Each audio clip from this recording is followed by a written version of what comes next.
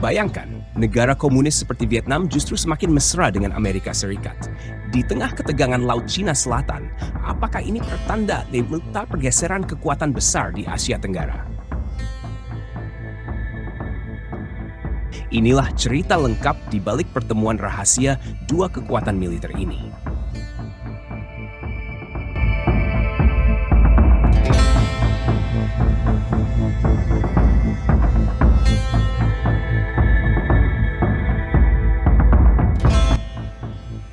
Halo Sobat Strategi Global.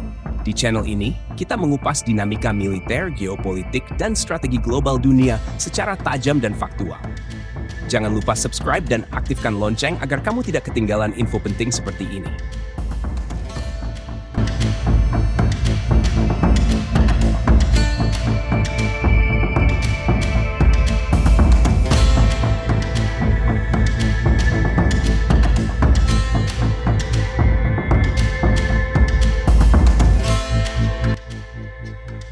Pertemuan strategis.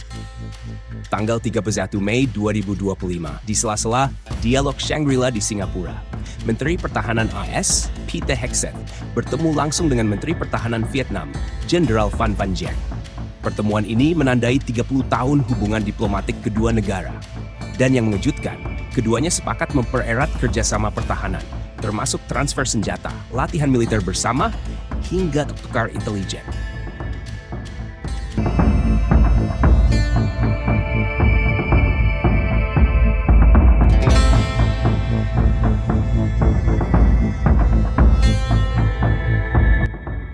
Kenapa Vietnam dekat dengan Amerika? Vietnam yang dulu bermusuhan dengan Amerika, kini justru jadi mitra strategis. Kenapa? Pertama, Vietnam merasa terancam dengan ekspansi Cina di Laut Cina Selatan.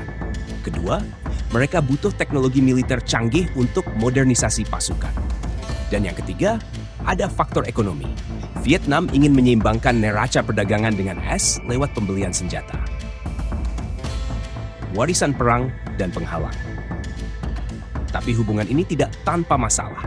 Vietnam masih menuntut tanggung jawab AS soal warisan perang Vietnam, ranjau dan ribuan korban sipil.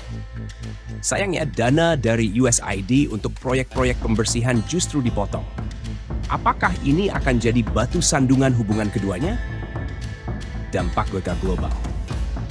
Kedekatan AS dan Vietnam juga punya dampak luas. ASEAN mulai melihat Vietnam sebagai jembatan antara Barat dan Timur. Sementara Cina tentu saja geram. AS berhasil menanam pengaruhnya di jantung Asia Tenggara tanpa mengerahkan satupun tentara.